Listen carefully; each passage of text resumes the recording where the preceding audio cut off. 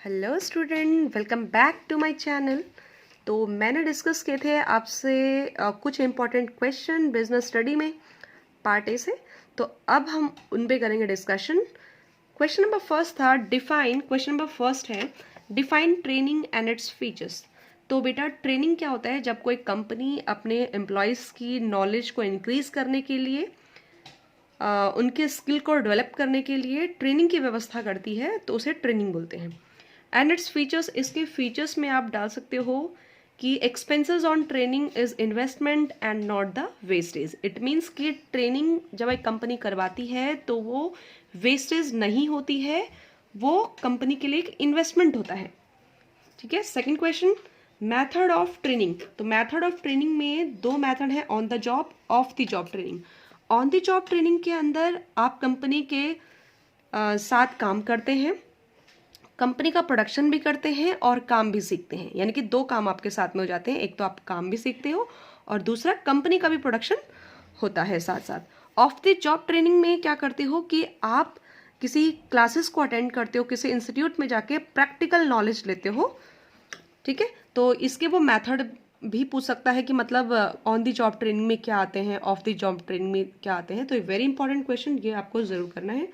Third question है differentiate between training and development, कि आपको ट्रेनिंग और डेवलपमेंट में क्या डिफरेंस है। ट्रेनिंग तो आपको पता ही चल गया कि ट्रेनिंग में एक एम्प्लॉयज़ की जो स्किल होती है उसको बढ़ाने के लिए वो कंपनी ट्रेनिंग प्रोवाइड करती है। डेवलपमेंट में होता है कि जब मतलब ट्रेनिंग एक नैरो कॉन्सेप्ट है और डेवलपमेंट एक ब्रॉडर कॉन्सेप्ट है। क्योंकि डेवलपमेंट में क्या होता है कि जो एम्प्लॉयज़ है उसका डेवलपमेंट, उसको सिर्फ एक स्पेसिफिक जॉब के रिगार्डिंग नहीं बल्कि उसको ओवरऑल सारी नॉलेज दी जाती है। ठीक है। तो नेक्स्ट क्वेश्चन है question number 4, barriers to effective communication. Barriers होती हैं बाधाएं, कि जब भी कोई इफेक्टिव कम्युनिकेशन आप कर रहे हो तो क्या क्या बाधाएं बीच में आती हैं। तो आपकी बुक्स में 4 टाइप्स की बाधाएं हैं, semantic barriers, psychological organisation barriers and personal barriers. ये 4 प्रकार के बैरियर्स आपकी बुक्स में दे रखे हैं। तो फर्स्ट है सिमेंटिक बैरियर्स। के अंदर आप जो बाधाएं आती हैं वो लैंग्वेज से रिलेटेड आती है, कि आपको जो आपको कम्युनिकेट कर रहा है उसकी लैंग्वेज आपको समझ में नहीं आ रही, या फिर वो जो साइन या सिंबल वो यूज़ कर रहा है उसको आपको समझने में दिक्कत है, इस तरह की। और दूसरी आती है साइकोलॉजिकल कि आपका जो समझने का है, कि आप उसको समझने में दिक्कत है आपको मैसेज को।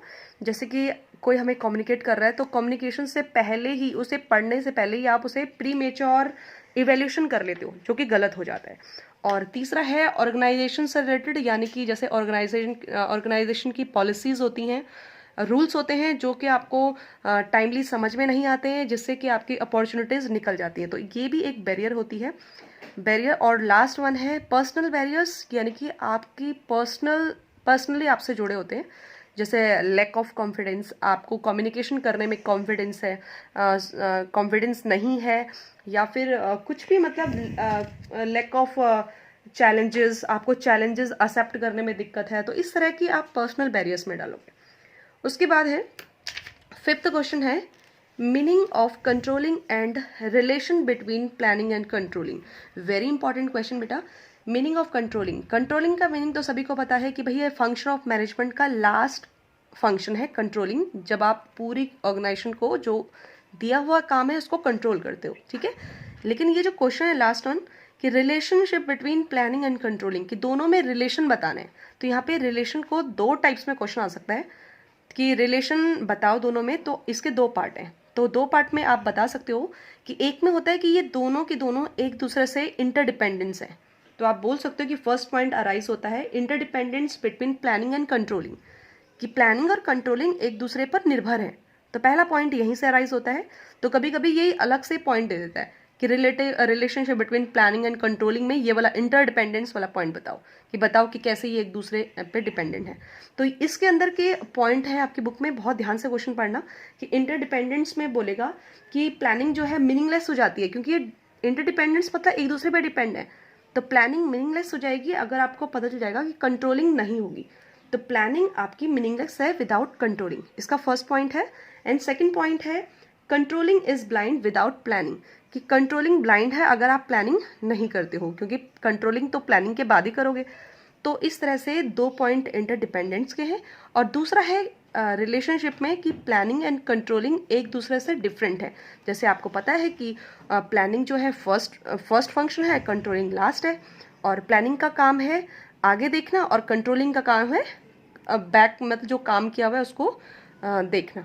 तो इस तरह। And next question, what do you mean by budgetary control? बेटा ये आपके चैप्टर 8 से क्वेश्चन है। वैसे तो चैप्टर 8.1 एंड 2 में से चॉइस आती है, बट बजटरी कंट्रोल वो बिना चॉइस के भी पूछ सकता है।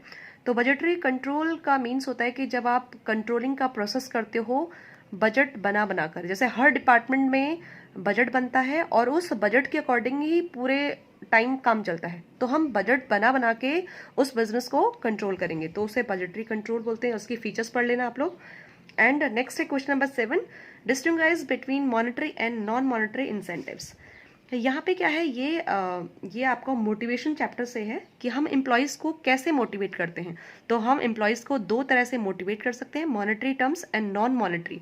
मॉनेटरी टर्म्स आपको सभी को पता है कि जो मनी में मेज़र कर सकते हैं, और नॉन मॉनेटरी जो मनी में मेज़र नहीं होती है, इन टर्म्स ऑफ मनी नहीं होती है।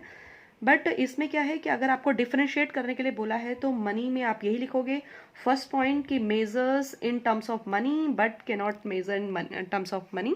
And second one, highly affected in case of workers. Workers को ज़्यादा मॉनेटरी में हेल्प मिलती है। जो वर्कर्स लोग होते हैं ना, उनको पैसे की ज़रूरत ज़्यादा होती है, तो मॉनेटरी जो होती है अक्सर वर्कर के लिए होती है। और नॉन मॉनेटरी जो होती है वो मैनेजर्स लेवल के जो लोग होते हैं, जिनकी फाइनेंशियल पोजीशन ठीक होती है, तो वो प्रेफर करते हैं कि नॉन मॉनेटरी इंसेंटिव्स उन्हें मिले। और नेक्स्ट है कि ये आपका मॉनेटरी लोअर लेवल से रिलेटेड हो सकता है, और ये जो नॉन मॉनेटरी है, मॉनेटरी आपका लोअर लेवल से इफेक्टेड हो सकता है, और नॉन मॉनेटरी में आपको हाई लेवल सेटिस्फाइंग मिल सकती है, हाई लेवल को सेटिस्फेक्शन मिल सकती है। तो इस तरह से ये मॉनेटरी और नॉन मॉनेटरी आपके बुक में दे रखा है, डिफरेंस पढ़ लेना। एंड क्वेश्चन नंबर 8 है आपका, explain the process of planning. ये आपका प्लानिंग के चैप्टर में प्रोसेस है। बेटा याद रखना, जो आपके प्रोसेस होते हैं वो हमेशा स्टेप में चलते हैं, कि इसमें यही है कि आपका प्रोसेस का प्लानिंग के पहले आपने देखना है कि मतलब पूरा आपका ऑब्जेक्टिव क्या है, उसी के अकॉर्डिंग आपने प्लान करना है। तो यहाँ पे 4-5 आपके प्रोसेस के पॉइंट हैं, उनको ध्यान में रखना, वो सीक्वेंस में करने हैं आपको। और उसके बाद ये क्वेश्चन नंबर 9 और 10 के लिए मैंने वीडियो बना रखी है, आप चेक जरूर कीजिएगा। और बस बाकी ये सारे क्वेश्चंस बहुत इंपॉर्टेंट है, ये सब आपको करने हैं। आई होप आपके लिए सारे क्वेश्चन हेल्पफुल हों। All the best for your exam and thank you for watching.